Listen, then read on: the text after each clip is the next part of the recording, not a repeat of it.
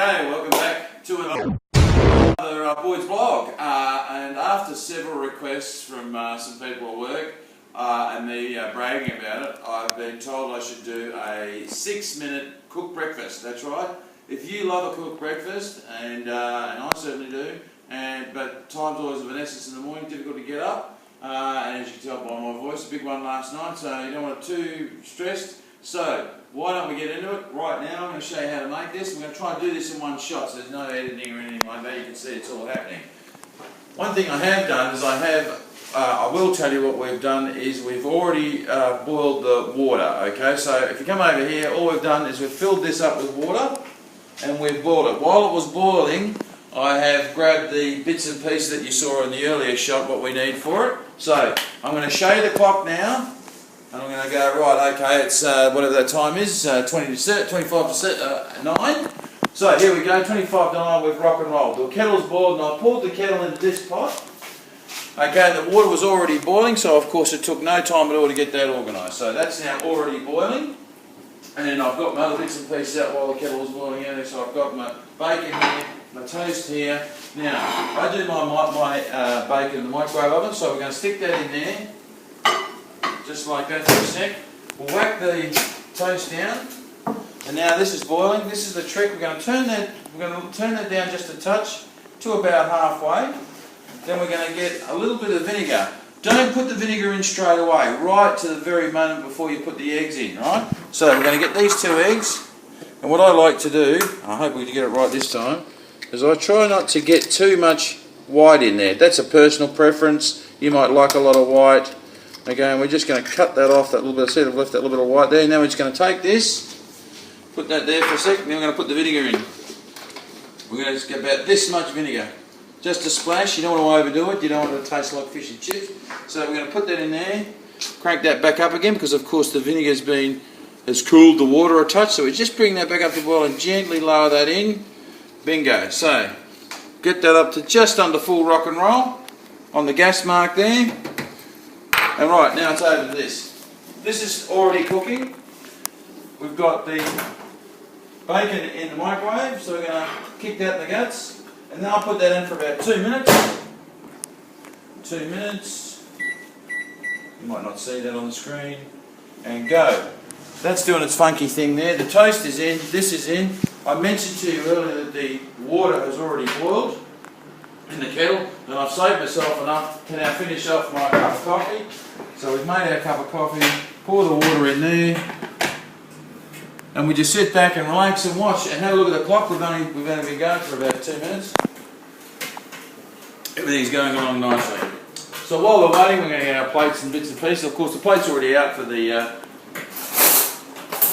bacon cooking away there. We've got a nice fork out, salt and peppers out. My coffee's made. Come over here and just have a look at this. If it starts boiling over like that, that's no good to you. You want to turn that down now and just keep an eye on that.